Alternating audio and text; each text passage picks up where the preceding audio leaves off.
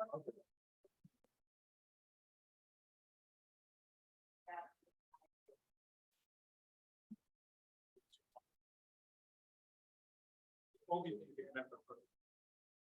you're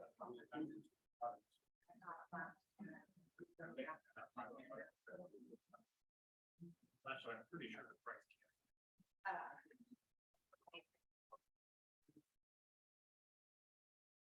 You bet.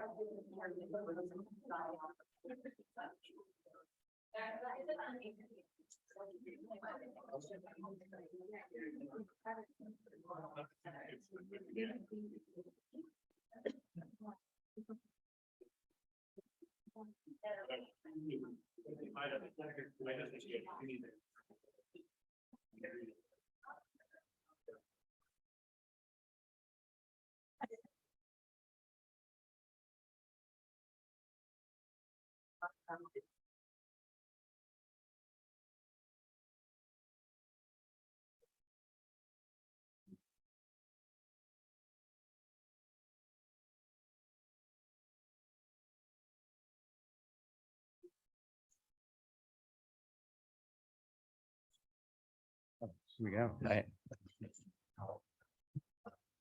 We'll try that again. Good evening. Good evening, everyone. Thank you so much for being here. It's a real privilege for me to be here. I had the great privilege and honor and education of serving on the Athenaeum board a few years ago. And I'm very grateful to this institution for hosting this event tonight. And I'm very grateful for you all taking the time out on a busy summer evening to come and hear what I think is going to be just an excellent talk by a leader nationally in the field of housing.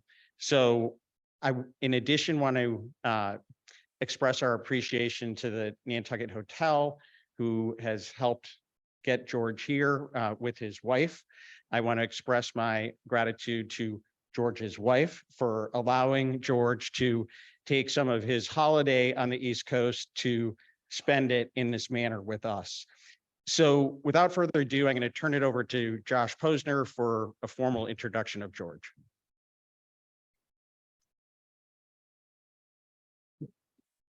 Thank you, Tucker, and welcome everybody. I am Josh Posner, and it's my pleasure to kick off tonight's discussion.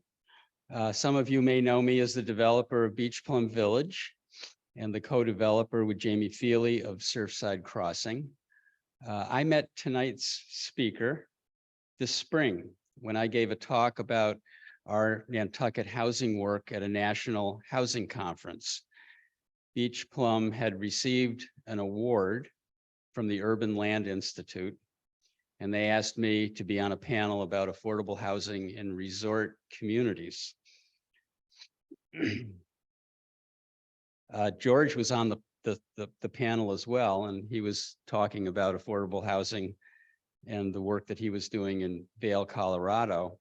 Turns out that he spends a portion of his time as part of his job at Vail meeting with other communities, explaining what Vail is doing, learning what these other communities are up to. And it turns out that he was scheduled to be on Cape Cod.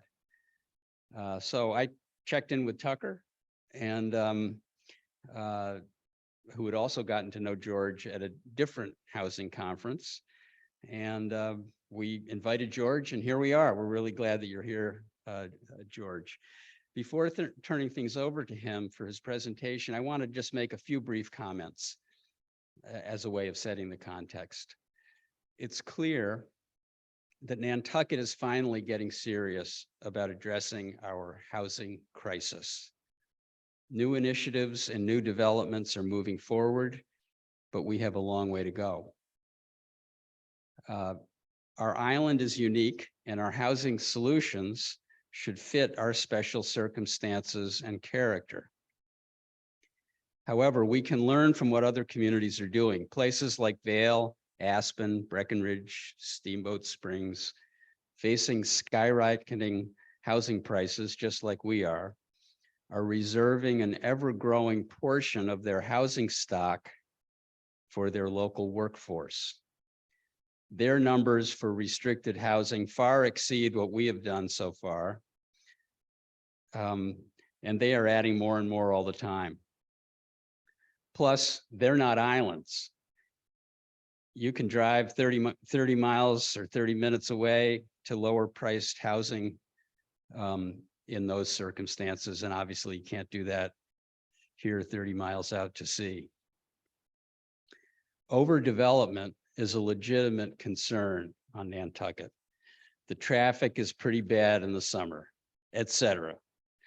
But the need to address the lack of adequate housing for our year-round community is an urgent crisis, and it's getting worse, as so many of the homes occupied by locals, year-rounders, get sold at top dollar to seasonal occupants. It's important for us to balance and to discuss which of these issues is more important: the need for affordable housing and the overdevelopment of the island. Is there a way of meeting the need for more housing that's reserved for locals, while at the same time dealing with the challenges of overdevelopment in a smart way? We all recognize that this is a challenging issue, the housing issue, and there are people who love Nantucket on all sides. We need to learn to listen to each other, focus on facts, find common ground where possible, and be problem solvers. That's a hard one, especially given today's culture of political acrimony and rampant demagoguery on social media. But any progress on that score can only be helped by learning what works elsewhere and having honest conversations ourselves about what can work here. So with that, let me introduce George Ruther. George is the housing director of Vail, Colorado, where he has developed a number of innovative efforts to address their community's need for housing reserved for their workforce. In particular, he will talk about Vail's InDEED program that converts existing housing into homes reserved for people working full-time in Vail. George will give his presentation, take some questions, and we hope will then kick off a useful discussion on what Nantucket can learn from Vail and other ski resorts in Colorado. So please welcome George Ruther.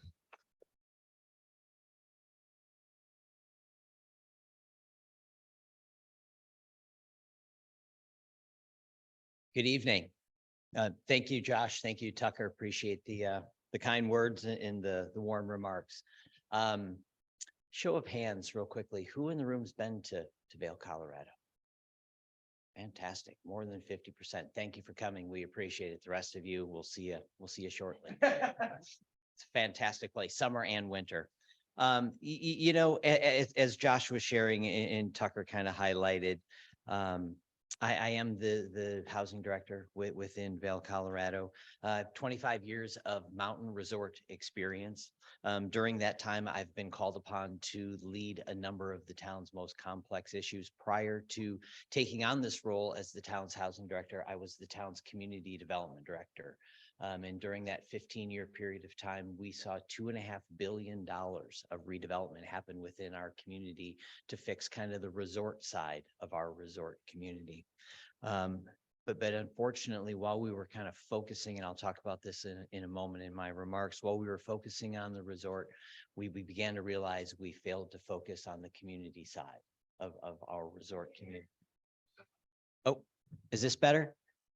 Does that help? Let me move it a little closer. Is that better? All right. Thank you. Appreciate it. You know, focusing on the community side of our resort community and ensuring that when the snow stopped falling and the lift stopped running, that we were still a year-round community. Because let's be honest, you know, we are a community. We're 5,300 year-round folks living in our community. We have schools, we have year-round employment, we have year-round jobs and occupations in the community, and maintaining and sustaining community is an important part of what we do in Vail. As Tucker and Josh, I think both said, I wanted to thank everyone for coming out tonight, because from my perspective, you wouldn't be here if this wasn't an issue that mattered to you. So thank you for coming. I appreciate that. I think one of the things we can all do is focus a little more time on the housing conversations in our communities if we're serious about delivering some of these housing solutions. What I want to do is run through a handful of slides this evening. And in doing so, I'll talk a little bit about Vail's housing history. I think there's some things within our housing history that are relevant, not only in our community, but in other communities. I'll talk about some of our housing challenges. Ironically, many of our housing challenges are the same housing challenges that a number of communities are facing from across the country. I'll talk about some of the solutions that we've identified in delivering those solutions. And then, of course, we'll talk about the lessons that we've learned along the way, because I think sometimes that is the most important piece of what we do. But first, I have to start with this slide. In how many folks in the room, how many folks see a young woman in the image? How many folks see an older woman? How many see both? How many have no idea what I'm talking about? Great. Well, I put this slide up here really just because I think some of my remarks are going to be from my perspective and the perspective of a housing director in the Rocky Mountain West. And when Tucker and I got together and talked a little bit about this, I think one thing that's unique between both Nantucket and Vail as well, we're in the Rocky Mountain West. We may as well be an island like Nantucket. We're surrounded as a community by U.S. Forest Service property. Much of that land is wilderness property. We couldn't expand our boundaries if we wanted to. So, you know, kind of with that in mind, it may as well be water. We're not going to build our way out of this problem, even if we had the land area to do it. So again, some of what I'm going to share tonight are perspectives from a housing director in the Rocky Mountain West. Flashbulb memory. Who knows what a flashbulb memory is? Going to make you participate just a little bit. Who knows what a flashbulb is? Remember? I probably should have started there. Who knows, who recalls what a flashbulb is? No, a flashbulb memory, it's that vivid recollection or memory that you have of exactly where you were and what you were doing when a significant event in history happened. So with that in mind, bear with me here for a second. November 22nd, 1963. Correct. President Kennedy was assassinated. Do you remember where you were? Perfect. February 22nd, 1980. Oh, February 2nd, 1980. Remember USA, USA? The Miracle on Ice.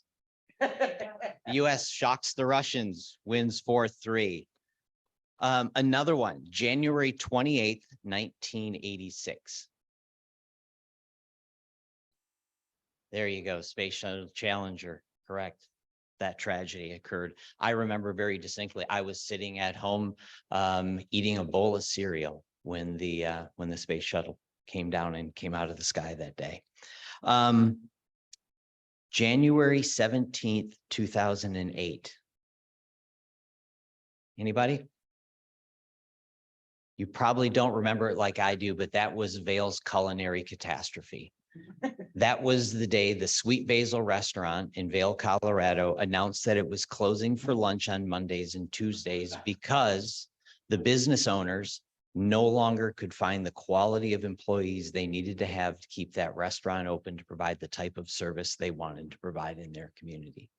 That was a significant moment for us in Vail because it began to change the conversation and the importance and the understanding around why housing for our local workforce and our local community was so significant. Some of my remarks tonight are going to kind of focus on that. And I think every community, when it comes to some of these housing challenges, has their own form of culinary catastrophe. I suspect if you think a little bit about Nantucket, you could identify maybe some moments in time or in the past that it's begun to change the makeup and the conditions of your community as well. Some of Vail's housing history, and again, I'll share this because I think there are some moments in our history that are significant again to the town of Vail, but are also transferable and relatable and scalable to other communities. In 1973, we're a very young community by comparison to Nantucket, founded in the 1960s. 1973, the town adopted its first master plan for the community, the Vail Plan. The Vail Plan at the time identified the three most important things that the community had to address in order to be successful long term.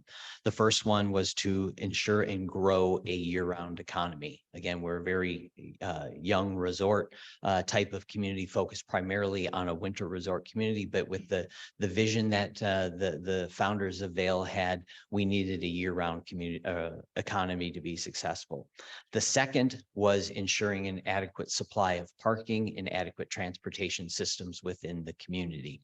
The third was to ensure an adequate supply of housing for our seasonal workforce. That was 1973. If you were to ask the community, what are the three most important things facing our community today, what do you think they are? The exact same three things. Now, they all manifest themselves differently, but they've all kind of have a continued importance going forward.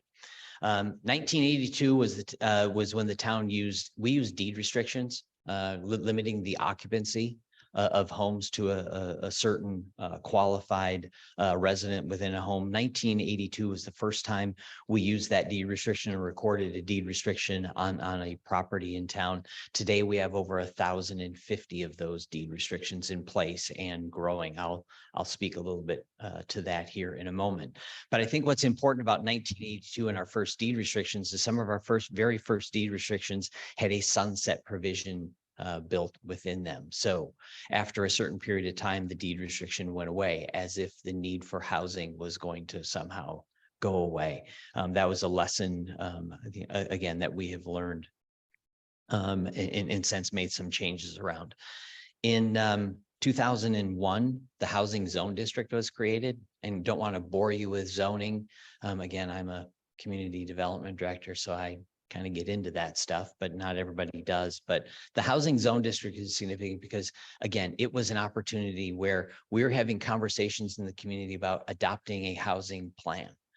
And it became clear really quickly what the purpose of that plan was. Our purpose was to identify where homes for local residents, year-round residents could be built within the community to accommodate our need could be addressed.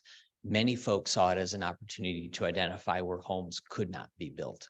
The long and short of it, however, is today, thankfully, deed restricted homes in this housing zone district applies almost uniformly across the entire community. There is no place that deed restricted housing is not permissible within the Vail community. And again, if you're going to maintain and sustain community, I think integration of your community is very important. Same time in 2001, the Timber Ridge Village Apartments were purchased. This is a development that was existing in place, 10 acres of land, about 200 apartment homes on that site. Unfortunately, or fortunately, it had a deed restriction on it. Unfortunately, that deed restriction expired after 20 years. The deed restriction was about to sunset. The developer the owner of the property about 5 years prior to the sunset, just let the property, just kind of let it go, understanding that there was, from their perspective, no financial motivation to maintain and sustain that property because their expectations of when the deed restriction went away, they were going to hit a financial windfall. The town did step in 2001, made a very sizable community investment and purchased that 10-acre property for about $20 million. We purchased that property, understanding that one day we would have to redevelop that property from its condition and kind of protect and preserve those homes within the town. I'll talk a little bit later in my remarks about what we're doing with that Timber Ridge property today and the successes that we're now realizing because of that investment that was made back in 2001. Jumping ahead to 2017, the Vail Housing 2027 strategic plan. The town council, after literally decades of dealing with this housing issue, finally decided it was time to do something about it and be serious in accommodating and addressing the issue. So the Vail Housing Strategic Plan was adopted. The Vail Housing Strategic Plan, I think its importance is it was very clear, concise about what its objectives were, and its objectives were to increase the supply of deed restricted homes in the community because we could no longer foresee a successful future without these deed restricted homes in a local community within the town of Vail. What also came out of that was the creation of the housing department. The housing department for the first time was separated from the other departments within the organization with the focus of being singular in its kind of attention and focus with a clear intention of delivering housing results. When I'm not sure if I had the good opportunity or drew the short straw or which opportunity it was, but when I was approached to head up the housing department, obviously one of my first questions was, is this just another layer of bureaucracy, or is this a truly a concerted and committed effort to address this housing issue in the community? And I was assured that it was truly an effort to move the needle and do something significant when it came to housing within the town of Vail. So significant that at a couple points here over the last 4 or 5 years, I've been reminded that my job is to deliver housing within the community. And if anyone gets in the way, puts up any roadblocks, my job is not to tap the brake, but to push the accelerator. So I think it dictates or it kind of exemplifies the amount of political will and commitment that the community has put behind addressing this overall issue. 2019. I'm going to highlight this activity because, again, it changed the conversation around housing in the community. Up until this point, a lot of the conversation was, one, why is the town involved spending taxpayer dollars on housing? Hey, when I came to Vail, I pulled myself up on my own bootstraps. I made it work. I stayed. I was committed. Nobody gave me a helping hand up or out to get a living opportunity within the community. So what we did was we said, we had this belief that we weren't spending taxpayer money. Instead, we were investing taxpayer money. So we set about in working with some consultants in quantifying and qualifying the economic values of the town's investment in housing initiatives and programs and developments, as well as qualifying, the community benefits. Today, we have numerous individuals and families living in deed restricted housing, serving on our boards and commissions. Today, 2 of our city council members, town council members live within deed restricted housing. The chair of our planning and environmental commission lives in deed restricted housing. A number of town of Vail employees live within deed restricted housing. I was sharing some remarks earlier before my comments here this evening with some folks about it's just completely changed the conversation when you can quantify and qualify all the important reasons why you're doing this. Again, we're not spending money, we're investing money. And I think if you follow that line of thinking, you would understand that what that means is, for every dollar we invest, we see a return. It also means that for every dollar we don't invest, we fail to see that return. So we're making sizable investments. And then lastly, in 2022, the first year of a sales tax increase, in the town of Vail, we live and die on sales tax. That is our form of revenue that fills the community coffers. After 47 years of a 4% sales tax, the community members came together and resoundingly approved a 0.5% sales tax that is dedicated to fund housing initiatives within the community. To give you some context of what that means, in the state of Colorado, we have the Taxpayers Bill of Rights, TABOR, in place. And one of the things that it dictates is that in the first year, when you put a ballot initiative out there for a tax increase, you have to quantify how much money you intend to collect in that first year. And that becomes part of the ballot language. You have to quantify that, put that in the ballot language, and then you cannot collect more than that money that you've identified. If you do collect more, you either have to stop collecting that tax for that year, or you have to refund the tax back to the people who paid it, or you're subject to a penalty for having collected the tax beyond what the allowable limit was. We estimated we would collect about $3 to $3.5 million in dedicated housing funds in that first year of sales tax collections. We collected about $5 million in sales tax in that first year. We collected that before September 1. So in the first 3 quarters of the year, we went back to the Vail voters, and actually in November, the Vail voters again resoundingly said, keep any overage. We continued to collect the tax, understanding we were going to be subject to a 10% penalty if the voters in November, so this was September 1, if the voters in November did not support the sales tax increase, we were going to be subject to a financial penalty beyond the funds that we collected. And we were still going to have to refund all that money back to the people who paid the money to the town. But the town council, committed to addressing this housing issue, said, let's go forward and trust in the citizens of Vail, and proceeded forward. So we are on pace to collect about that same $5 million in sales tax this year. Some of our housing challenges, I like to share, in Vail, we don't have a housing problem. We have 5,300 people in our community, and I have 7,200 homes. What that means is I have more houses than we have people. The problem is that about 70% of our homes sit vacant the vast majority of the year.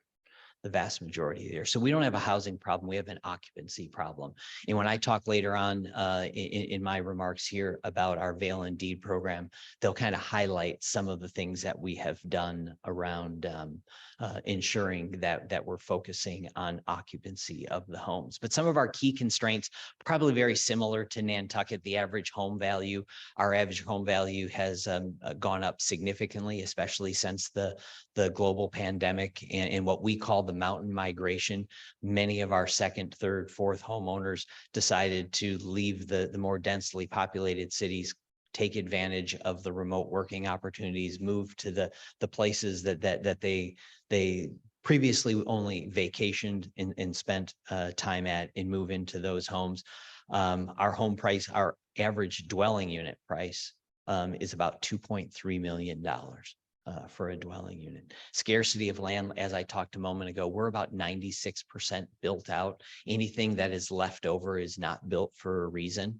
And it's because of some geologic or topographic conditions associated, but scarcity of land is one of our greatest issues.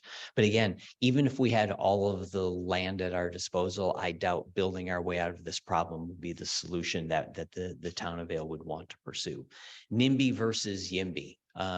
It happens, I think, in every community that I've had an opportunity to go and share some of our stories with. It happens in Vail.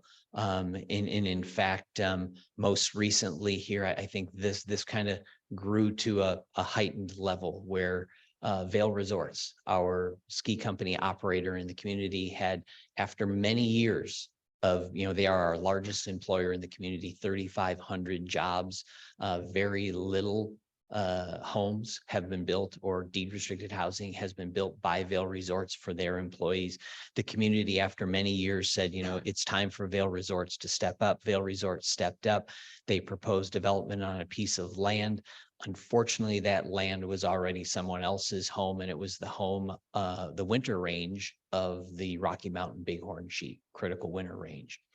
So the community was faced with, is it housing or is it sheep? I, being optimistic, said it can be housing and sheep, but not everybody saw it that way. At the end of the day, the town did pursue a eminent domain condemnation and condemned that property, that critical winter range, worked with Vail Resorts and are continuing to work with Vail Resorts on some alternate housing solutions, but it clearly created this NIMBY versus YIMBY outcome within the community. It almost got to a point where public hearings turned into, are you pro people or are you pro sheep? It had to be one or the other. And thankfully, I believe the conversation is beginning to turn to, it can be both. We just have to approach the problem differently. Cost of construction, I don't have to probably talk too much about the cost of construction, but given our kind of proximity in the mountains, the cost of construction is a significant limiting factor to our ability to deliver on some of these housing solutions. And if it's not the cost of construction, it's the availability of labor. Ironically, on some of these development projects, as many as 200 construction workers and laborers will show up on these job sites to build some of these projects. But the question becomes, where do they live when they come? So, you face those issues. The availability of funds, there's never enough money. There just never is enough money to do this. And as I like to share, there's no such thing as a deed restricted 2x4 or deed restricted concrete. It all costs the same at the end of the day. And having those funds available to create the housing is important. Attracting, recruiting, and retaining a quality workforce. Again, something I think you understand well. But a Four Seasons resort in our community, a 5-star accommodation in our community, they see a 92% turnover of their frontline staff year over year. You think about what some of those operational impacts and consequences are of turning over 92% of your staff each and every year, the training, the recruitment, it's clearly a challenging issue. To that end, the water district, we have a water district that provides all of the drinkable water and sanitary sewer systems within the town of Vail. We had a circumstance a number of years back. It's a bit like Vail's culinary catastrophe, but we had a water line breakout in the easternmost part of the community, and being relatively steep in topography, water flows downhill. When the water main broke, it began flowing downhill and flooding homes. The unfortunate consequence, and this was the reality, was the person who had the tool to shut off the main water valve lived 45 miles down valley. So the homes continued to flood until that person could drive into town and shut off that water valve. Real live circumstance. The school district, The school district that this past school season, the superintendent of the school district sent out thousands and thousands of letters appealing to all of the property owners within Eagle County, within the school district, asking for them to offer up opportunities for school teachers and faculty members to live in their homes. Would somebody adopt a school board teacher or administrator or a faculty member, because they had 60 positions sitting vacant at the beginning of the school year. And when you begin to understand the impacts that that has on your community, you begin to realize we need to do something to solve that problem. Vail Health. When I was the town's community development director, and just as I was transitioning from the community development director role into the housing director role, I had just completed a redevelopment effort with Vail Health. Vail Health is our regional hospital. Not only does it provide healthcare to the 5,300 people living within the community, but it provides healthcare to 65,000 people living on the western slope of Colorado.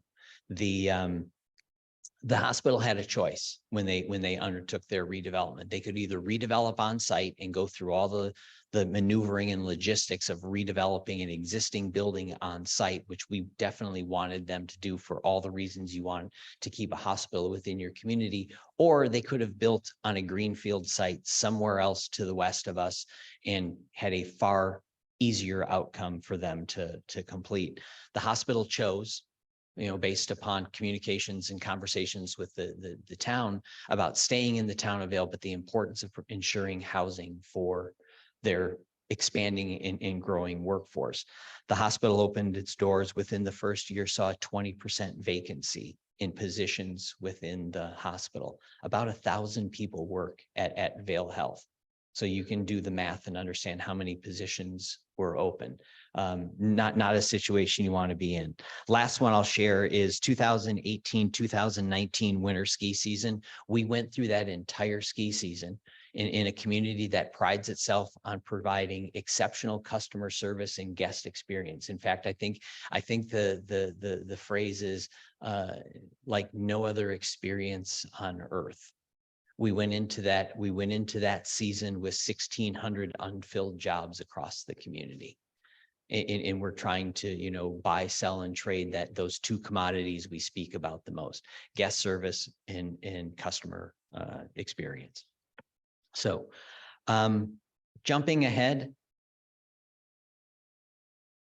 the Vail Housing 2027 strategic plan, I talked about that a moment ago. It really began a conversation about changing the discussions around housing in the community. No longer did we talk about workforce housing or employee housing, but we changed the nomenclature to talk about resident housing, because this was really a plan about maintaining and sustaining community. And if we maintained and sustained community, everything else would fall out from what that plan was intended to achieve.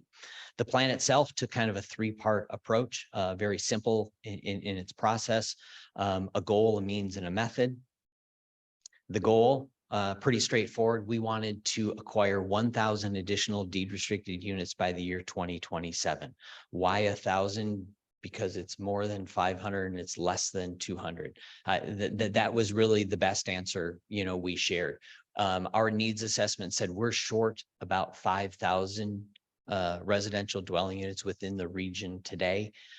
That's a pretty daunting number. A number of folks have shared with us we would never achieve. The town was overshooting its mark when it said 1,000 deed restricted units in 10 years. Heck, it took us 4 decades to get to 688, I think was the comment that was made. I'm happy to share with you, based upon the trajectory that we are currently on, we'll achieve this housing goal of adding 1,000 additional dwelling units within the community by 2026. So again, kind of a testament to the commitment and what can be accomplished when commitment's behind you. The means, in this case, the means is all about the money. We use, again, housing program funds, capital project funds, sales tax funds to create those deed restrictions within the community. And again, we talked more about investing than we did about spending. And then lastly was the method. This was probably my favorite part. You know, if you subscribe to that notion of the definition of insanity, doing the same thing over and over again and expecting a different result, well, we were about as crazy as they come, because that's what we were doing repeatedly. In this case, what we had concluded was we needed a new decision-making structure, which was singular in focus. It was proactive versus reactive. It was empowering with not only results oriented, but some accountability behind it. But it also had to be nimble enough to be adaptable and make some changes along the way. What I just described is not the Vail Town Council.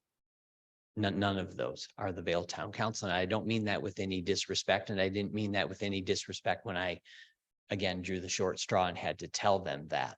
But thankfully, I work for an organization that was self-aware enough to say, we understand, we get it. You know, we have a long list of items on any given evening agenda that we have to cover. And housing, our number one most critical issue, cannot wait until 10 o'clock at night and be given 15 or 20 minutes of time devoted to it. So the town council, in their direction, granted additional authority to the Vail Local Housing Authority to act on the town's behalf to begin to deliver some of these housing solutions. I think this is one of the key things that the community allowed to have happen, was this self-awareness to understand that we're not the right people. There's someone better than us. Let's get those people on the bus. Let's have them help us address this issue. Here's the problem in the town of Vail. Obvious, right? We have within the town of Vail, again, about 5,300 people, year-round residents within the Vail community. Those 5,300 people live in one of the 7,200 homes that we have in the town of Vail.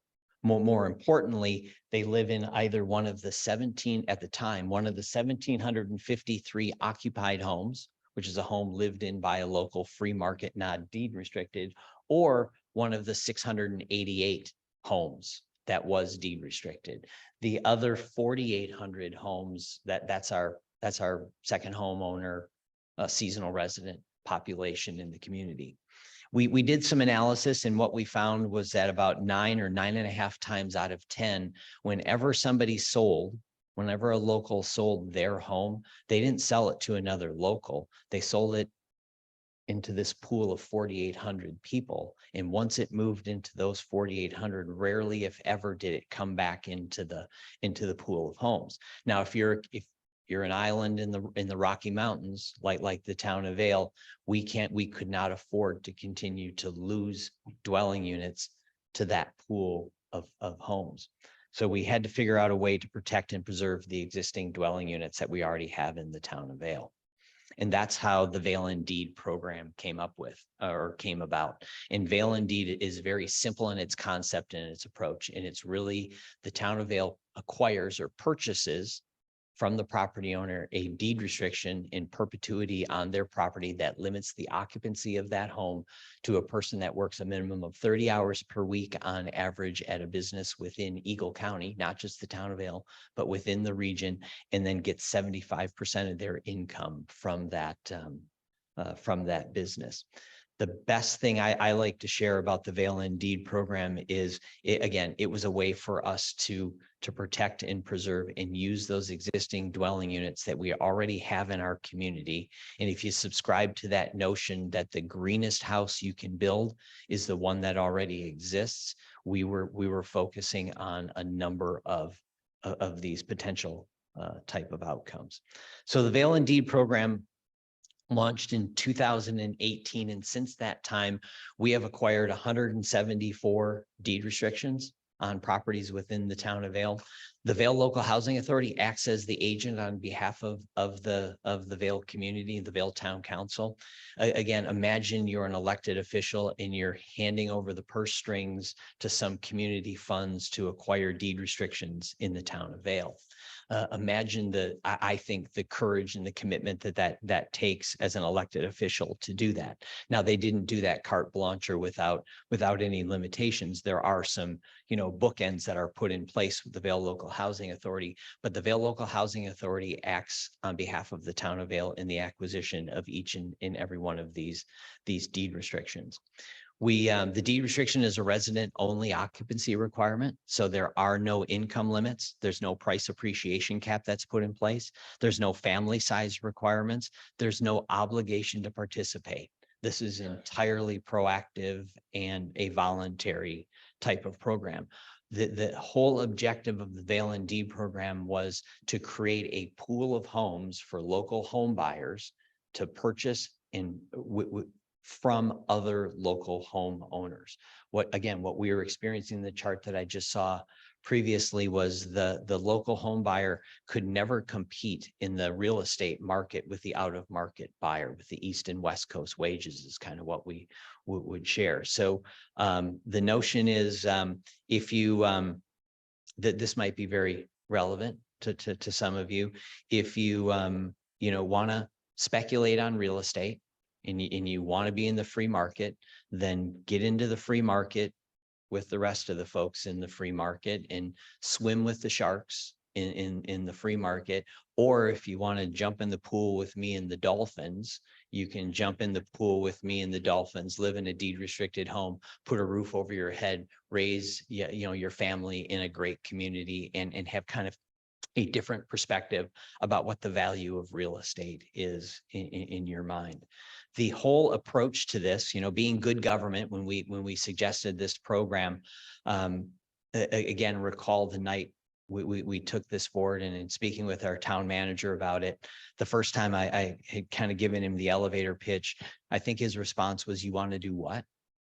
And I said, I want the town to buy deed restrictions, and this is how it's going to work. And I'll get back to you. And the third or fourth time, he's like, I've got to see this, yeah, go ahead, put it on the agenda. Let's see how this goes. We put it on the agenda.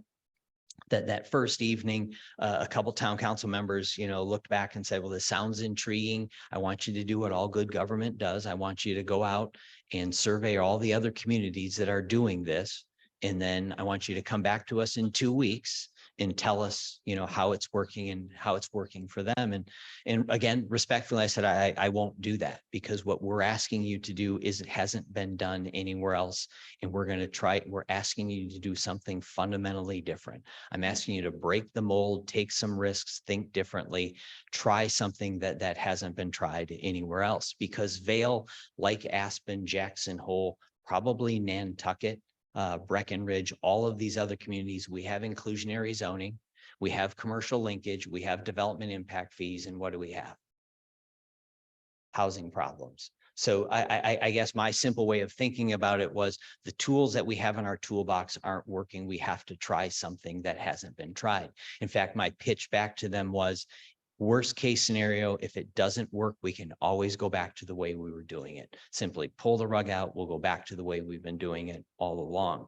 But again, we then got into conversations about, well, how are we going to value the deed restriction? Again, good government, there must be a formula. A plus B equals C. There has to be a way to do this. Well, when you buy a deed restriction, our belief was, when you buy a deed restriction on a piece of property, you're actually buying an interest in real estate. And when you buy an interest in real estate, as most of you know, that's not how real estate is valued. Real estate is really valued willing seller, willing buyer determines free market value. So we negotiate the sales price of each one of these deed restrictions that we acquire. And we understood early on that unlike the MLS, the multiple listing service, we weren't going to have a long list of comparable sales to look back on, but over time we would generate that database, and that database would inform our decision-making and allow us to go forward and try something new. I set aside about $15,000 for advertising, marketing, outreach, et cetera, to the community. I spent $0. Because we launched the program in word of mouth and online social media and other sources spread the word about this program. We haven't spent, besides making a flyer or two, we haven't spent any money marketing to acquire each of these 174 deed restrictions.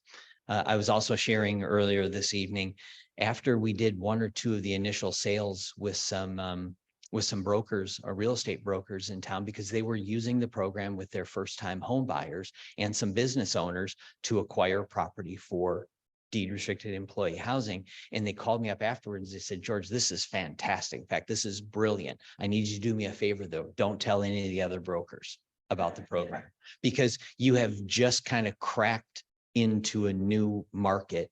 And this is a way that we can participate and we want to help you. So I lean heavily on our broker community to help us with our Vail InDEED program. Some of our sellers, I'm always asked who sells you these deed restrictions. Home buyers. I'm often able to acquire deed restrictions from first-time home buyers, not ever intended to truly be a down payment assistance program, but in reality, that's kind of what it became.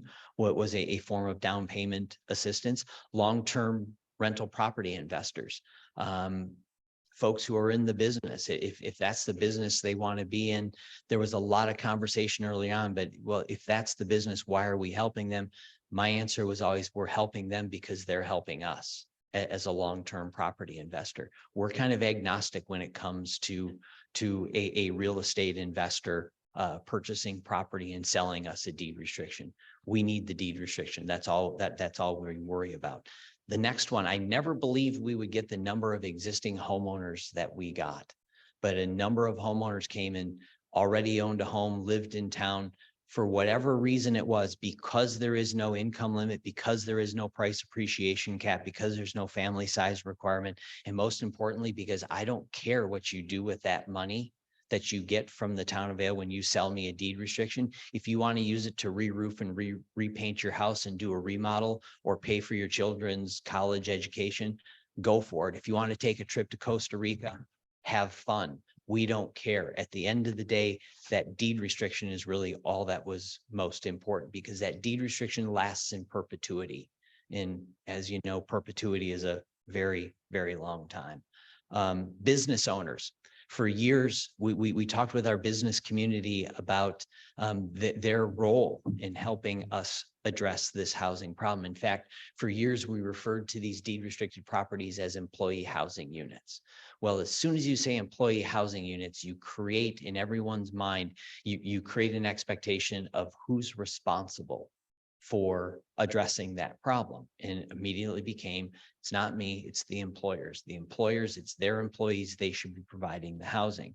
Well, it doesn't always work that way. I'll share some remarks here in a few moments about a program we've put in place, or a development approach we've put in place that really relies heavily on our business owners to step up and help with addressing the problem. I won't run through these numbers in detail other than to just share real quickly. We've done this with 88 transactions. Some of these deed restriction purchases, we've done multiple purchases under a single transaction. We spent about $12.5 million purchasing deed restrictions to date. We've done that at $83 per square foot with an average deed restriction cost of about $72,000. That number, I'll be honest, is skewed by some value that we acquired in some deed restrictions outside the town of Vail. We put a lesser value because they're outside the town, but my point is this: we have provided housing for about 361 Vail residents for $12.5 million. Anybody remember how much we paid for that 10-acre apartment building in 2001? $20 million. By comparison, at the time, that $20 million provided the same amount, provided housing for 288 people. So for about half of the investment, we've provided significantly more housing with this program, and we've done it all with some of these additional objectives in mind. I started out with this slide initially as saying it was NIMBY proof. I don't think there's anything that's NIMBY proof. I think whether it's deed restricted housing or anything that changes people's perception of their environment, people are always going to come out and be, rightfully so, be concerned about what potential impacts may happen. But I think it is guaranteed NIMBY resistant. And let me explain. You know, when we're talking about building one of these homes or acquiring a deed restriction on one of these homes, it's a home that already exists, which means the traffic is already there. The impact on the view has already been addressed. The construction, noise, and duration, it's already been completed. About the worst thing that's going to happen, and I share this often, I said about the worst thing that's going to happen in your neighborhood, if I buy a deed restriction in your neighborhood under the Vail InDEED program, is you may have a neighbor living in the house next door to you. You know, imagine that, a neighbor in a neighborhood. So that's why I say it's NIMBY resistant and not NIMBY proof. But some of the lessons learned from the Vail InDEED program, we were very clear about our mission, our vision, and our values in the town of Vail.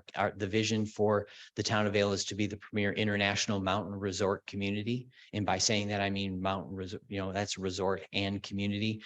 In the housing department, we're very clear about what our mission is. And our mission is to help Vail achieve its housing, or excuse me, its vision, one deed restriction at a time.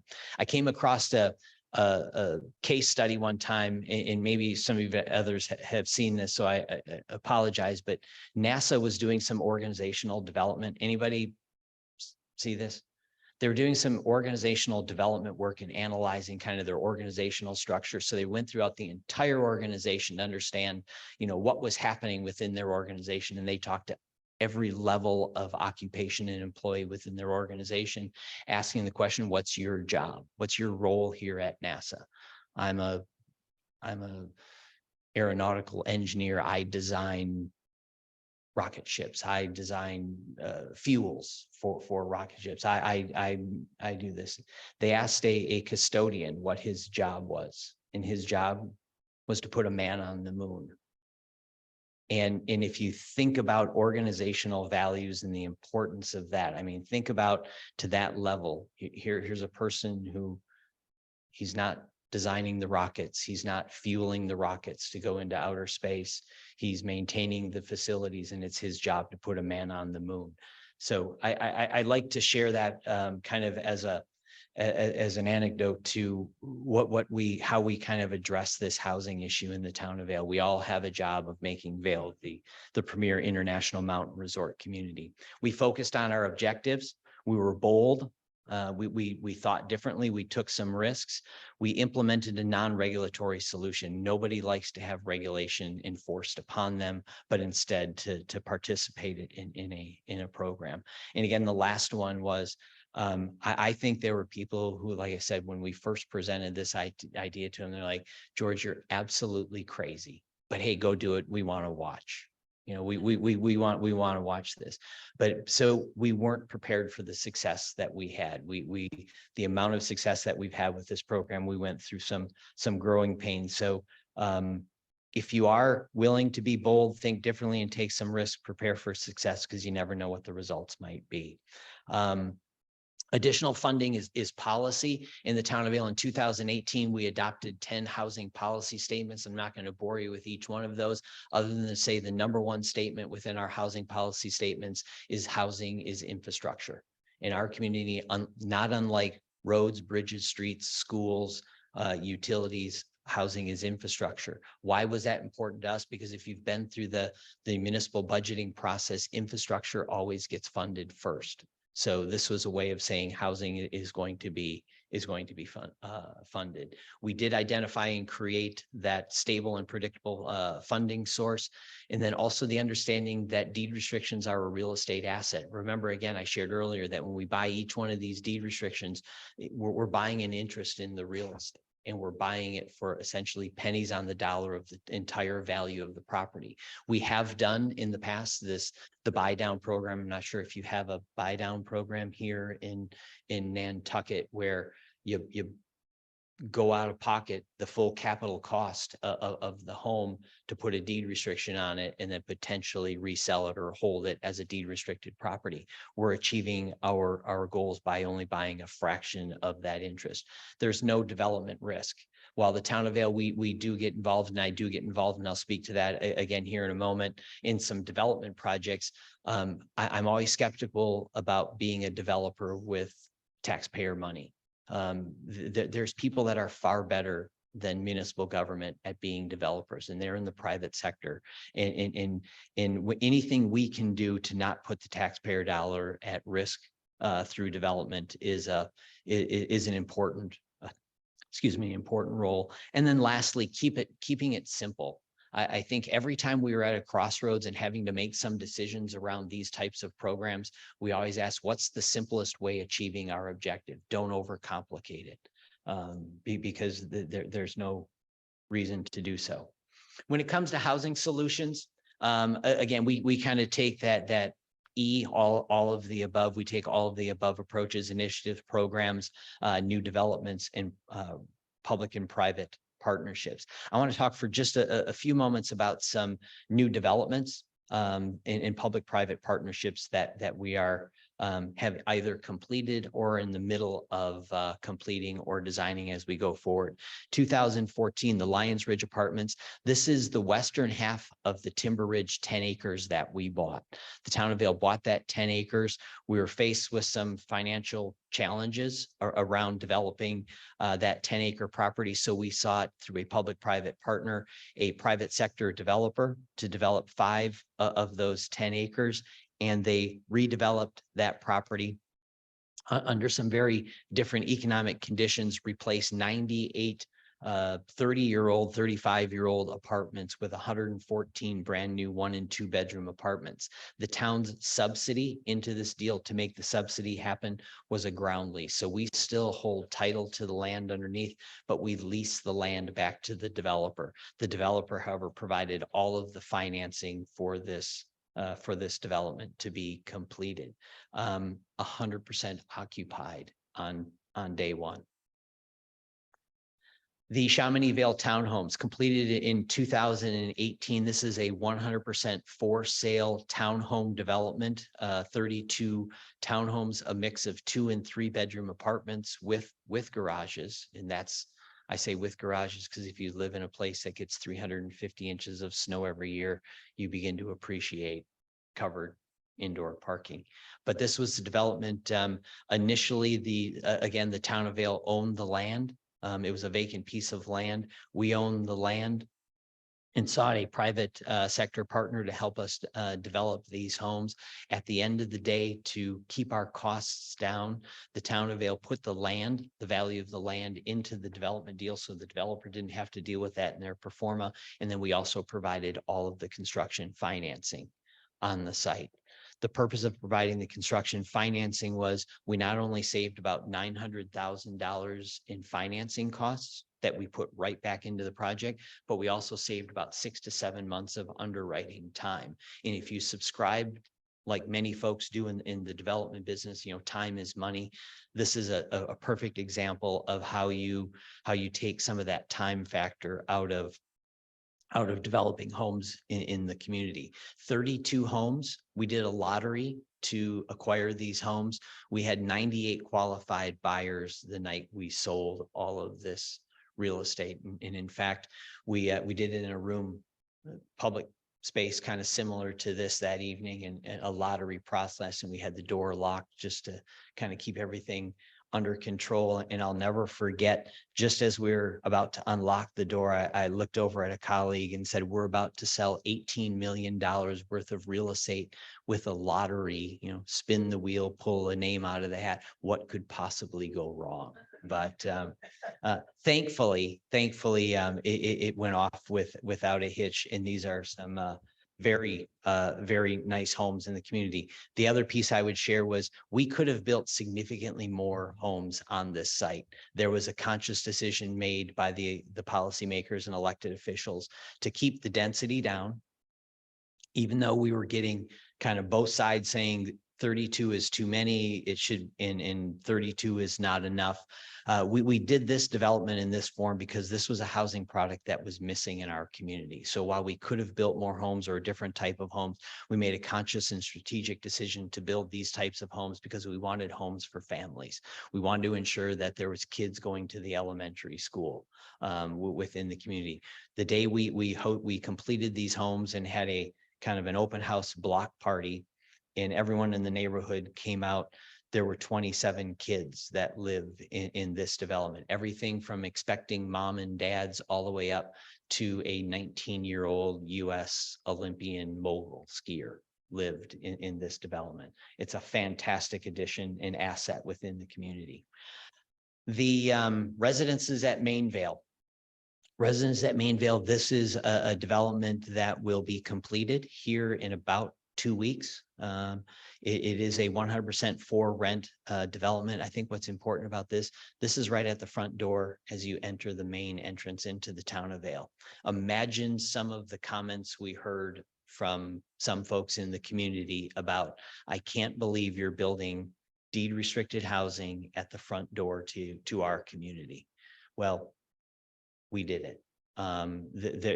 They're fantastic homes. We did it largely because it was, again, a piece of land the town of Vail had available for development. And we did it because of its proximity to our 2 commercial job corps within the town. Kind of this is centrally located between Vail Village, one of the ski portals up onto the mountain, and Lions Head Village, another portal up onto the mountain, each within probably a 7 to 8 minute walking distance to those job areas. What that also allowed us to do was create a development where if you're concerned about traffic, we said, don't be concerned with traffic. We limited, we changed our thinking around our parking requirements, and we said, we're not going to meet the minimum parking requirement. We're going to achieve a maximum parking requirement of 1 parking space per dwelling unit. And we're going to ask that the folks who live here, and part of its affordability is you can live at the residences at Vale without a car and rely upon our free public transit system that we have in place, that we invest millions of dollars in every year. An alternate mobility solution helped this project come to fruition. The financing or subsidy, the town of Vail is the owner of this development. We did provide the financing in the form of certificates of participation. We essentially bonded, issued municipal bonds, tax exempt municipal bonds to help pay for this $32 million construction project.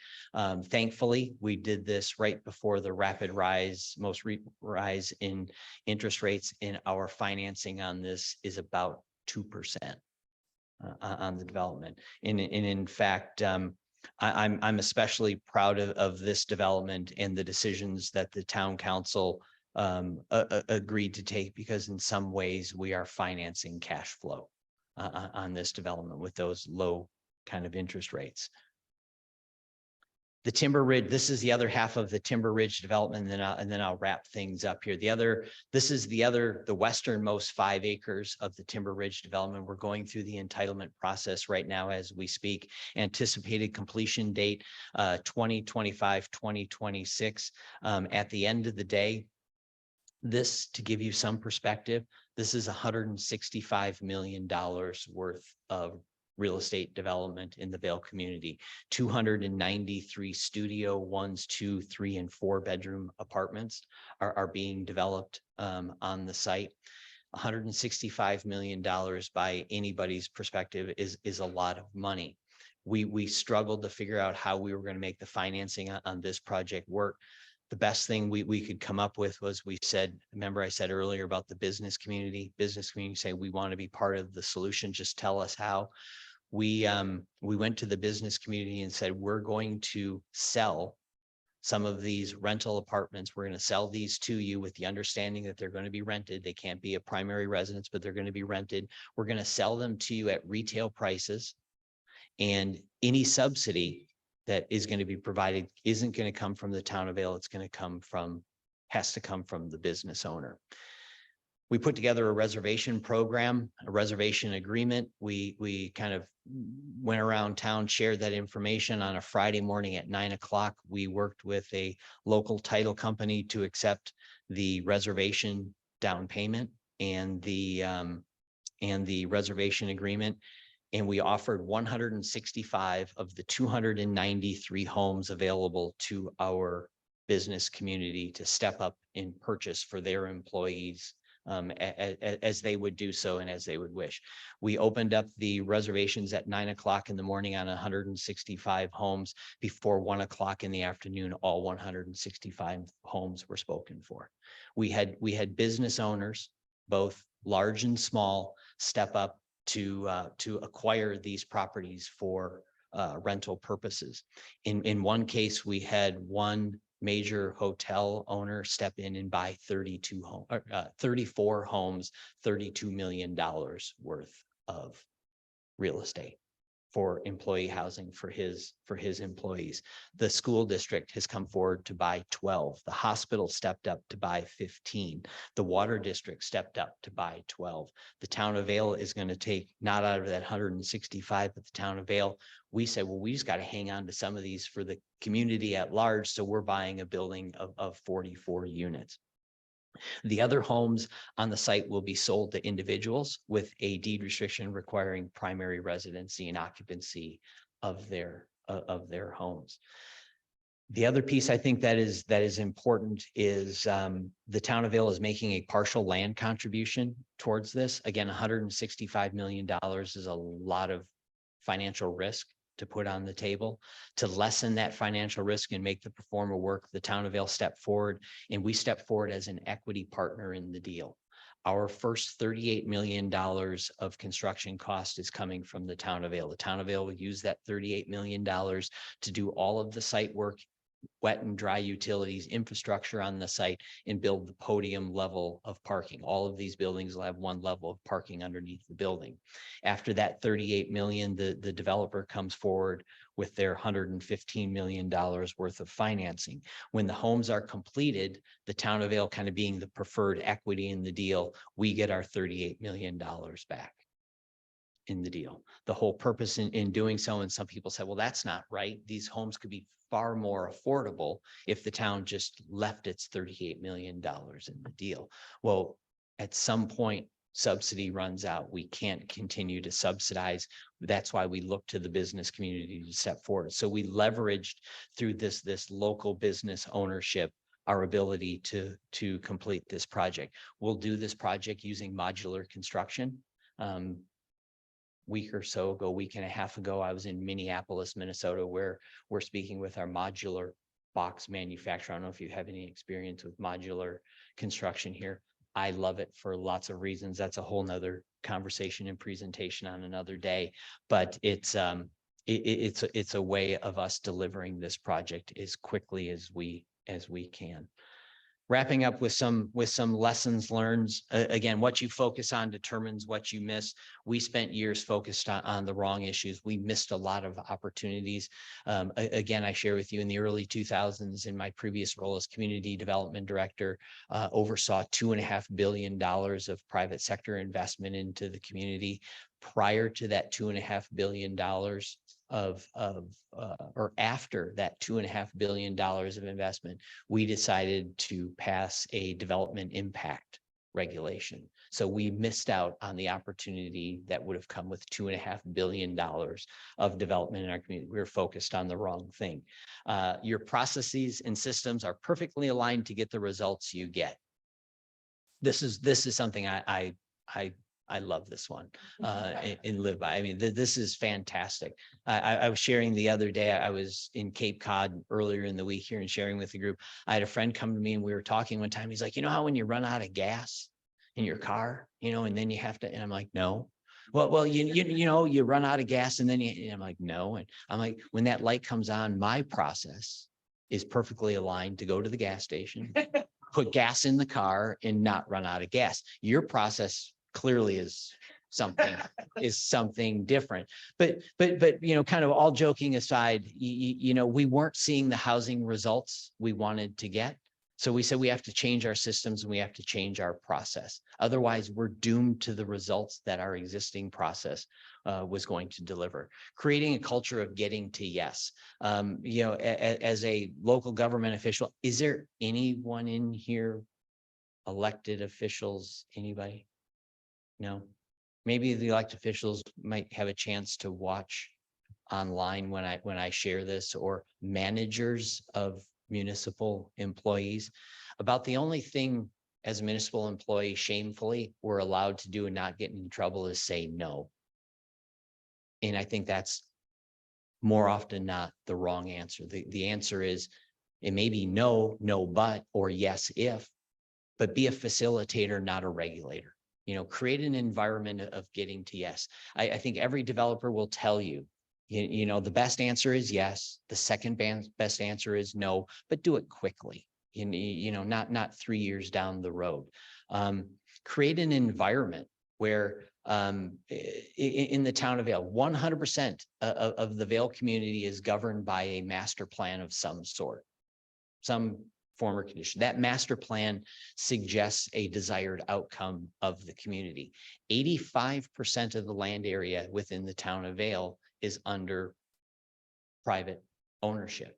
The only way I subscribe, the only way we are going to see our plans and our vision for our community achieved is if we partner with the private sector, create an environment for the private sector to be successful.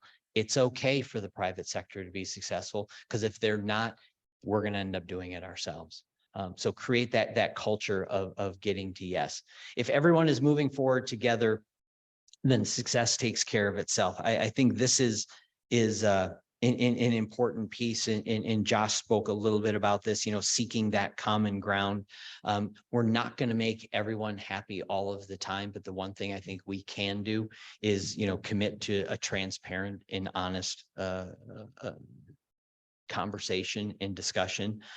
Communicate the no action alternatives. For us, when we communicated no action alternatives, when we had our culinary catastrophe, people began to visualize what our future looked like if we didn't change our process and we didn't change our systems. Seek out this. This is never fun, believe me, but seek out your biggest critic, embrace them, bring them on board early. It's great to find people of like mind and everyone sit around the table and agree all the time to everything. But the reality is, if we're going to get some of this stuff done, we have to find our critics, and we have to kind of open our ears and communicate and listen. Pursue these partnerships. None of the development that I just shared in some of these projects, and we have a couple of others that are going on, would be possible without partnerships. Again, the town of Vail cannot do it alone. I'll admit, we are great at running a library. We have some of the best fire protection and firefighters that you could ask for in law enforcement. We're horrible developers. There's people that do it better than us. Seek out those partners and rely upon them. Lastly, I think, you know, adopt a entrepreneurial approach to this. I mean, that is what we're talking about here is real estate development. Real estate development has a certain entrepreneurial beliefs behind what has to be accommodated. The Vail InDEED program is all about being kind of entrepreneurial. I was sharing here the other day with some folks. I was in Moab, Utah, talking about the Vail InDEED program to some folks like this, and I noticed at the end of my remarks, there's a woman kind of lingering in the back of the room, just waiting, and I was trying to pack up and leave, and I knew she wanted to talk to me, and I didn't know what she was going to say. And then finally the room cleared out, and she looked left and right, made sure the coast was clear, and she's like, okay, cut the BS. You don't work for local government. You know, who do you work for? Because the local government doesn't do the things you're doing. So who do you work for? I'm like, oh, I work for the local government. If I had a paycheck, I'd show you. The town manager signs my paycheck, but believe me, I work for local government. But I think, you know, that was kind of indicative of, I think, the type of results you can get when you take more of an entrepreneurial approach. And then lastly, if you aren't making mistakes, then you're not making the right decisions. You know, I thankfully work for an organization that affords all of us across the organization the opportunity to fail forward. You know, mistakes are okay. Learn from those mistakes, move forward. We're not going to do this the same old way. Again, that was the definition of it, insanity. Take some risks, innovate, be creative. You know, rarely are we going to get it right the first time. And we shared, you know, on our Vail InDEED program, you know, I'm not sure if this is perfect, but let's try it. You know, I mean, that's a big ask to an elected official. We didn't take that lightly, but that's a big ask. But they were willing to, you know, go along for the go along for the ride. So like I said, honored to work for an organization that allows us to fail forward. My last comment and challenge for you is this. Flashbulb memory. Everybody remember what flashbulb memory is? August 2nd, 2023.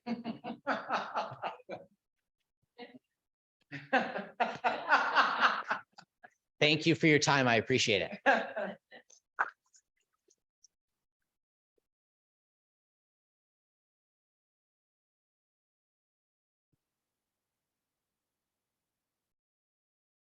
I think it's fairly evident why we thought it was a good idea to bring George over to Nantucket.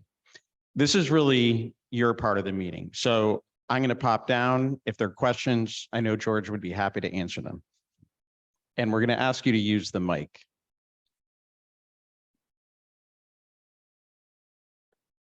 Not everyone at once, right here.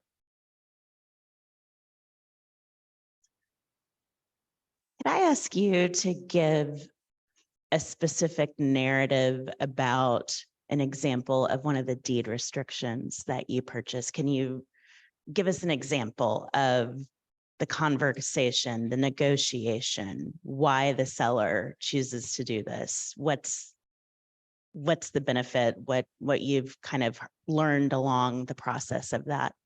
Sure. You had a lot of great numbers up there. I'd like to hear a little of the story behind it too. Absolutely. And before I answer the question, I would encourage, I was going to share it, but I don't have it with me and I apologize. But if you go to vailindeed.com on the web, you go to vailindeed.com, we have a video, about a 6 or 7 minute video that personalizes this whole process for you. But a number of great examples. One of our first deed restriction purchases, young family, came to us and facing the situation of they were going to have to make a lifestyle, a life-changing decision. We're either staying here, and this is two individuals with good jobs within the community, wanting to grow and raise a family within the community. But the reality was, if we don't have something like an opportunity at a deed restricted property, we're going to pull up stakes and leave. And that happens all too often. Or a situation, another situation on a deed restricted property, longtime local, 23-year residents within the community, said they sat down, mom, dad, and the 3 kids sat down. They decided to deed restrict their existing home because they realized that as they were about ready to send their first child off to college, that they were sending them not off only to college, but likely never to return to the town of Vail because there was going to be no place for them to come back to. And they had 2 more kids that were going to face that circumstance. So on our negotiations and on the sale, to be honest with you, we've had, when we started the program, I talked to anybody and everybody out in the real estate world, whether it was real estate brokers or mortgage lenders, real estate appraisers, you name it, we talked to them. I'm like, tell me what's wrong with my idea. And we got a lot of good feedback. But one of the pieces of information we were looking for was, how do we value this deed restriction? How do we determine the value? Early on, given the amount of restriction that's there, remember I said there's no household size requirement, there's no income limits, there's no price appreciation cap. The market is going to drive this, with the deed restriction in place, that's going to drive this. We were told, based upon the situation, that probably has about a 15 to 20% impact on the free market value, discount on the free market value of the home. So that's kind of where we began. As we went through this process, what I found was I was having owners come to me and offer to sell me deed restrictions for less than what we would have valued them otherwise. And I think the important piece was, there's nothing better than calling up somebody and saying, no, I'm not going to pay you 70,000. I'm going to pay you 82,000 for your deed restriction. But the reason of us doing so is I'm not looking to make a good deal on a used car. I'm looking for a this is the most public of private partnerships we could have in the community. And I also knew that that would have been a good buy, right? Getting it for 10, 12, $15,000 less than what we would have otherwise paid for that home, but it would have been the last deed restriction that I purchased.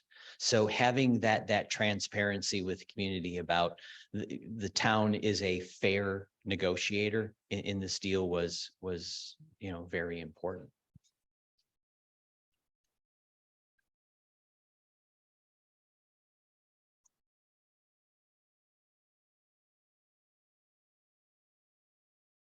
Could you talk about the relationship between the town and the private developers when you're doing the private public partnerships? For example, are they coming to you with proposals? Are you going to them? Who's doing what as those develop? Sure. Again, a number, I wish I could say we've kind of identified a process and then we just plug, play, and repeat over and over again, but unfortunately, everyone seems to be different. So to your question, both. We've had situations where the town has issued RFPs. In fact, I have an RFP coming back on the 7th of this month for another development project in the town where we're seeking a development partner that way. I've also had situations where we went through the RFP process and 4 years later, we still didn't have a developer selected because everybody could promise the moon and deliver short of the moon. So we then went out and reached out specifically to developers that we thought could help us achieve our goals. So we've had that relationship. On the Chamonix Vail townhomes, very similar situation. That was a negotiated agreement with a very specific developer. Not to get too far into the weeds, but we used a form of contracting in that place. I think works, very well. A stipulated sum form of contracting. I had $18 million or $17.5 million to spend on the development. At the end of the day, because we use modular construction and for a lot of reasons, we saw $39,000 of change orders total. So I was over budget on $17.5 million by $39,000. So we take a number of different approaches depending upon the circumstance. I'll be honest with you, we have Vail, Colorado is a difficult environment to build in for lots of reasons. I think it takes a developer who understands that environment, both politically, economically, and from a kind of construction standpoint to be successful there. The successful ones are folks who've developed, whether it's Vail or Aspen or Breckenridge, other communities, it's very different building homes at 8,100 feet in the middle of January than it is building homes on the Front Range of Colorado, down near Denver, for example. So we take a number of different approaches, but all of those approaches include a development agreement. And I think all of those approaches begin with the understanding that that private sector partner truly is our partner. I get frustrated when we have conversations about, them. Well, them is us, because that's how these deals work. We have to be in collaboration.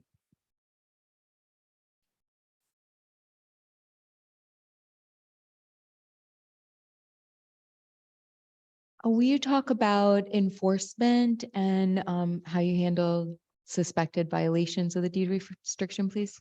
Sure. You just hit on thank you. You just hit on the one thing that keeps me awake at night. Of all the stuff we do, and we get to do a lot of great stuff. The one thing that keeps me awake at night is compliance. Unfortunately, maybe it's human behavior. I don't know, but anytime you provide a financial incentive, you open the door to people looking to gain that incentive. Vail is, I think we're still in a circumstance where much of our enforcement is the neighbor next door. Whether that's free market or another deed restricted, somebody's gonna rat somebody out, for example. But we have an enforcement process that per the terms of the deed restrictions require a once annual verification process each year, February 1st. We do a 100% compliance check of all 1,050 of our deed restriction. That takes us about 2 months of time to sort through all of those documents that are required to go through. But I will tell you this: we get great compliance numbers. I think there still is an understanding within the community about the value of this.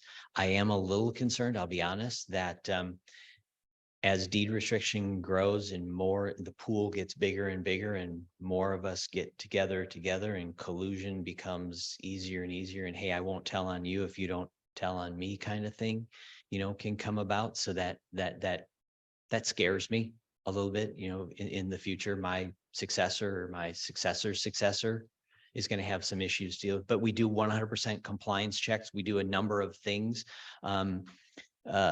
each year, beginning again, our deadline for submittal of all the documentations is February 1st, but beginning in December of the year, we send out kind of a courtesy note to everyone saying, hey, it's coming.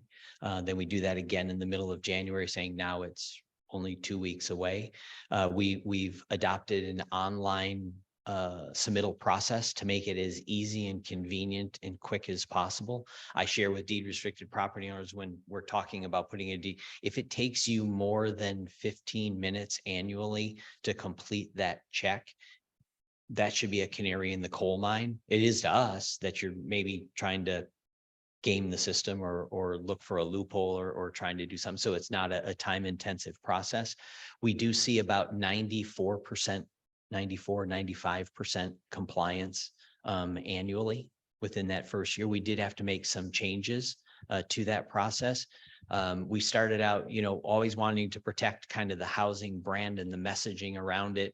I never really wanted to say we're assessing a fee or a penalty against you. So we kind of put a spin on it here recently. I would have a number of deed restricted property owners. I knew they were in compliance. They just weren't doing the work, right? So it's like, and then we would chase them down for days, weeks, months afterwards to get the documentation submitted. So we kind of changed the conversation a little bit. And I said, we're going to charge everybody $250 application fee or verification fee to go through this verification process. However, if you submit your documentation before February 1st, you're exempt from that fee. I went from 70% compliance, 65% compliance to 95% compliance in the first year just to avoid that. But no, that is something I think communities need to bear in mind. There is a staffing impact, a resource impact when it comes to this deed restriction compliance. But we also have a kind of the political will of the town council. They're pretty tenacious when it comes to this. There's a no holds barred kind of approach.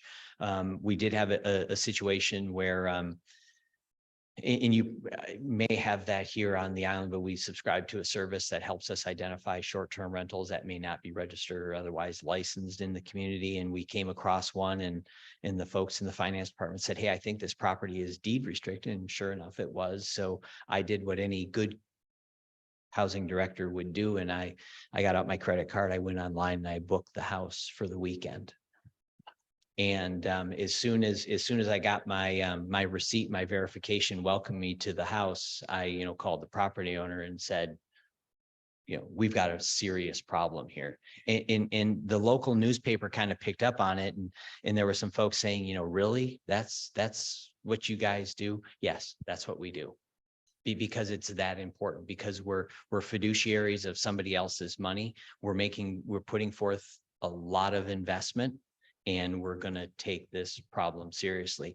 We have another development. I'm not proud of this, and I hope it gets resolved before then, but we have another development situation with a larger developer who just, I think, didn't believe we were serious about compliance with the terms of the deed restrictions. We skipped municipal court. We are taking them to district court. We filed litigation against them seeking damages in the amount of $5.8 million. Like I said, I hope we settle long before that ever happens, but the purpose is to ensure compliance and make sure that that message is not lost. You see for sale? For sale? For sale. I mean, they're not in No. compliance. No, we haven't ever forced a sale. We have had some owners kind of throw up their hands and say, well, if this is how you're going to treat me, then I'm just going to sell the house. Well, okay, that's fine. You know, but we have never forced a sale. We have stepped in and said, if you don't like this arrangement anymore, we will buy the property back from you because I can sell it tomorrow. I'll buy it back from you immediately and take this problem off of your hands, but we've never forced a sale. Great questions. What else? Obviously Nantucket and Vail are two very different places and they're similar in many ways.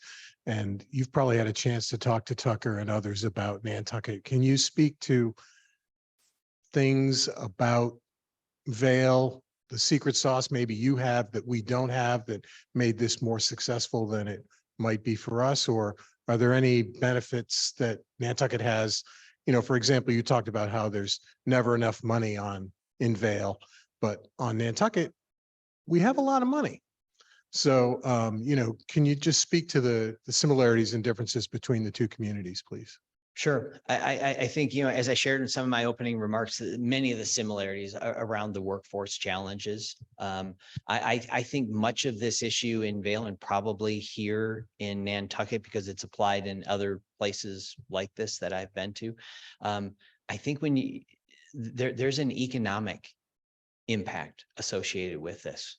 You know, again, we joke about Vail's culinary catastrophe, but again, when you're in the business of providing customer service in a guest experience, you want the best of the best, you know, doing that. I saw within the town of Vail's own organization and the hospital, you know, for example, the hospital administrators came in and shared, and I suspect this is true here in Nantucket because you're about guest service and customer experiences here in town, came and said, you know, hey, we're lowering our hiring standards just to fill positions.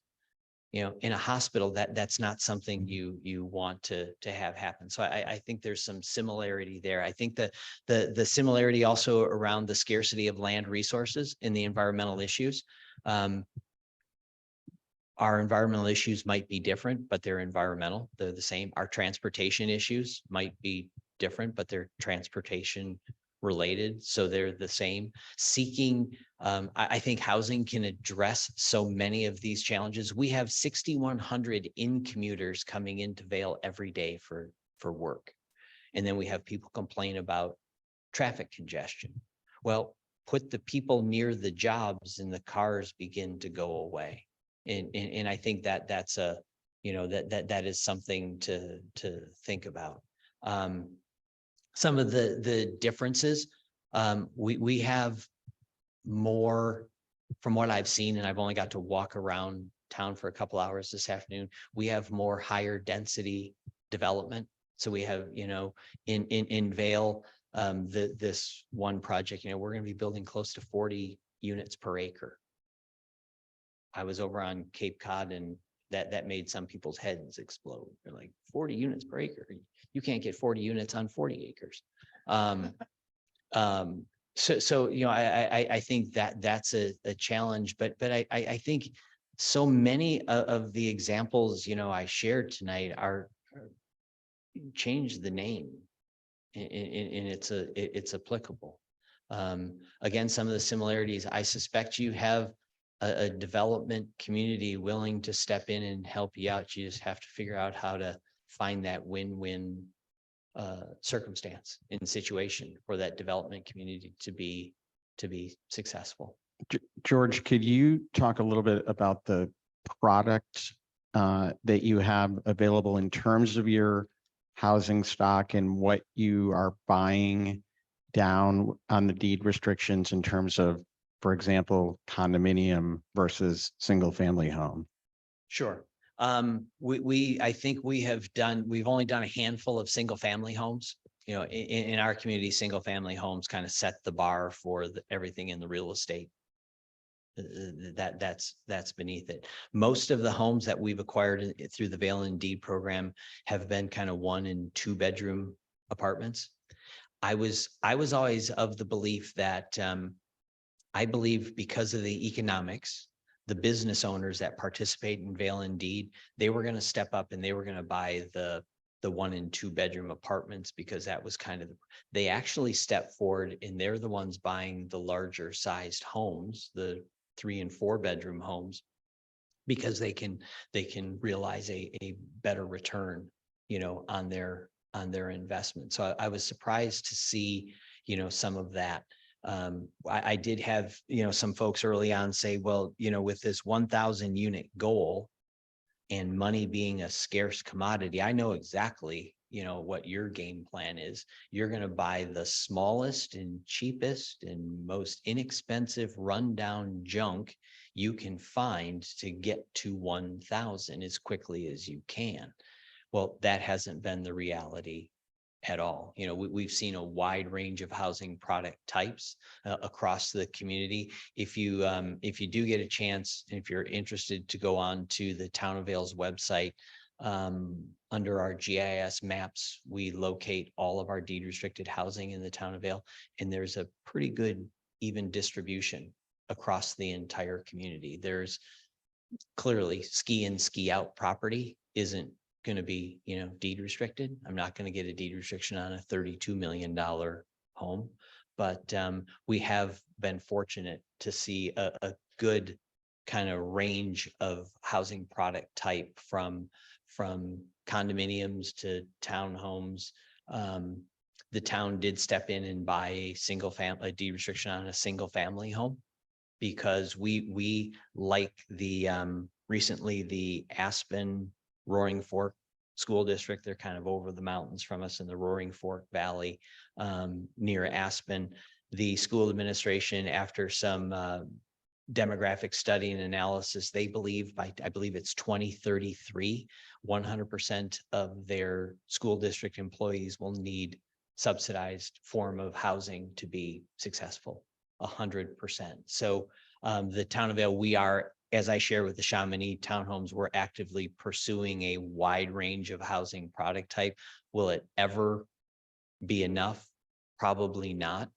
But it is something that we pursue.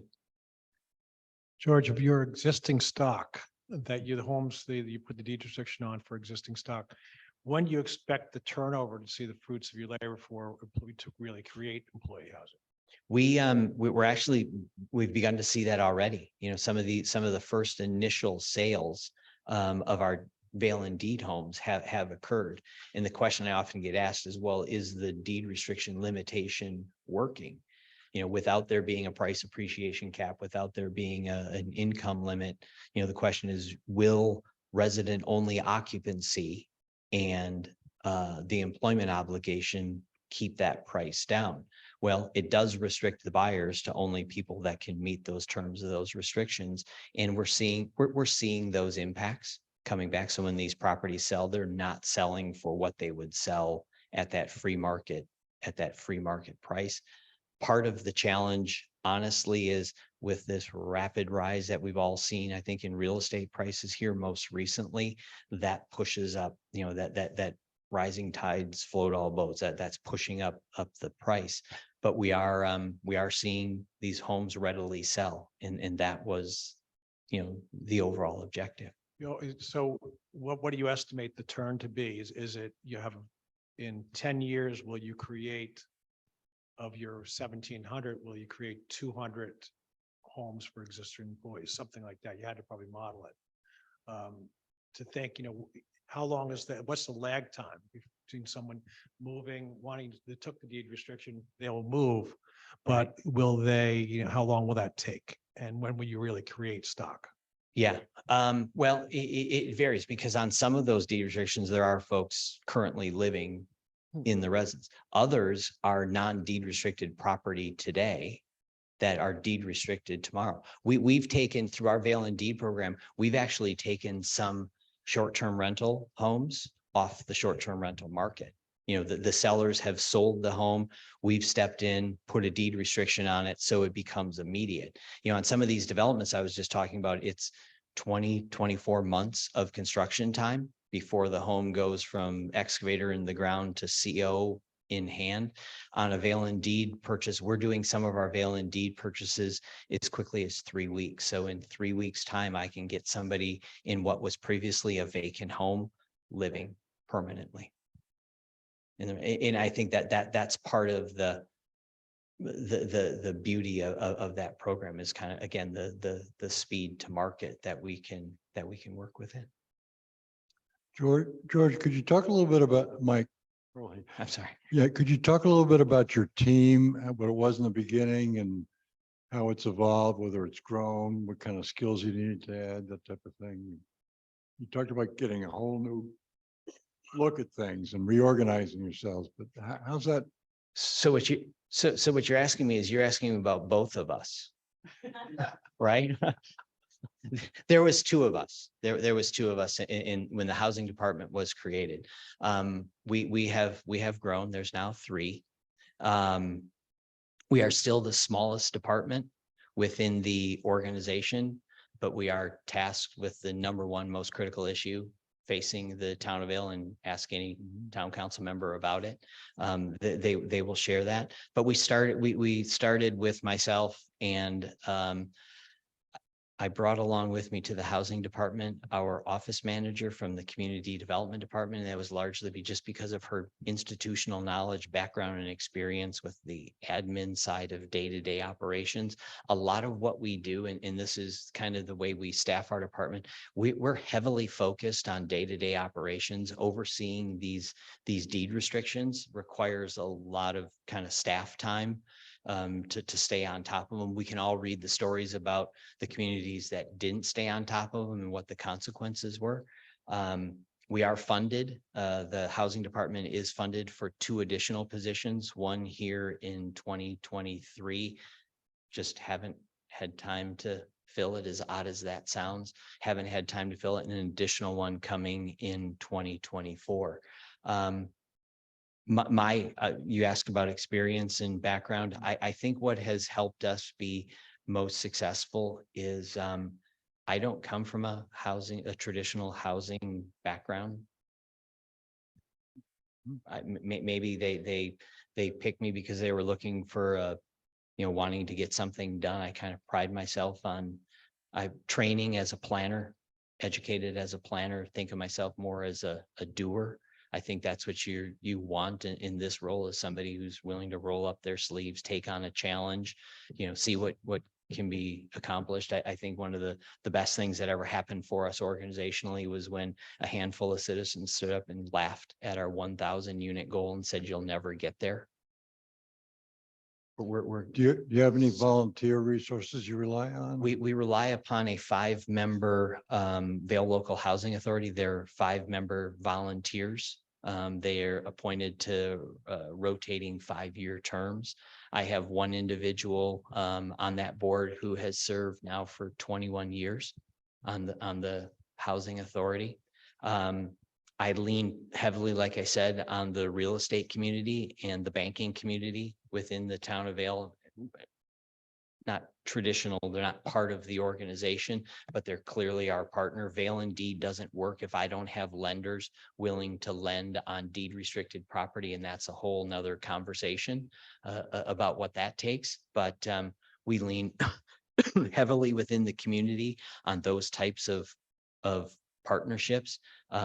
Having a real estate development background, I think is helpful, kind of putting yourself in the shoes of that private sector partner to understand what they're facing is helpful as well. One last question. I haven't heard him use the word philanthropy.